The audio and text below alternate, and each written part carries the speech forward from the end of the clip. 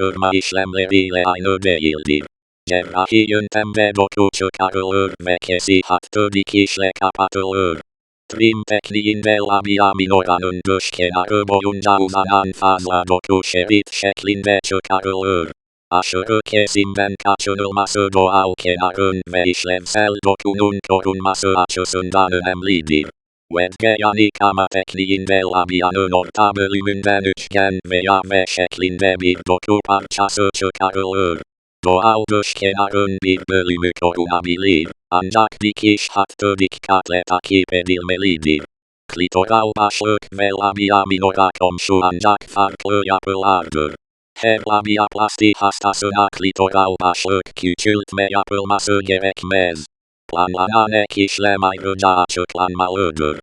Avrupa yakasında Arnavutköy, Avcılar, Bağcılar, Bahçelievler, Bakırköy, Başakşehir, Bayrampaşa, Beşiktaş, Beylikdüzü, Beyoğlu, Büyükçekmece, Çatalca, Esenler, Esenyurt ve Eyüpsultan ilçelerinde araştırma yapılabilir.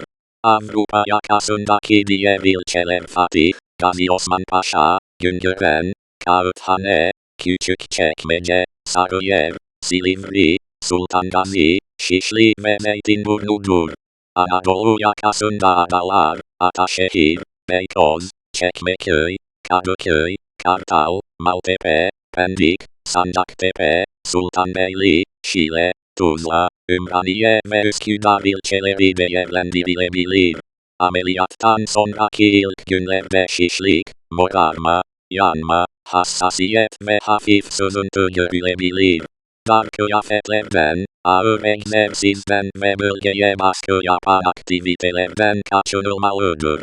Labioplastinin olası riskleri arasında kanama, hematom, enfeksiyon, dikiş açılması, asimetri, düzensiz kenar, his değişikliği, cinsel ilişkide ağrı ve revizyon ihtiyacı bulunur. Doktor seçerken hangi tekniğin uygulanacağı, radyofrekansın amacı, ne kadar doku çıkarılacağı, klitoral başlığa müdahale edilip edilmeyeceği ve ameliyat sonrası takip planı sorulmalıdır. Sonuç olarak radyofrekans kesim, dokunun kesilmesi ve küçük damarların kontrolünde kullanılabilir. Başarılı sonucun temelini doğru teknik, ölçülü doku çıkarılması, anatomi bilgisi ve düzenli takip oluşturur. Bu video genel bilgilendirme amaçlıdır.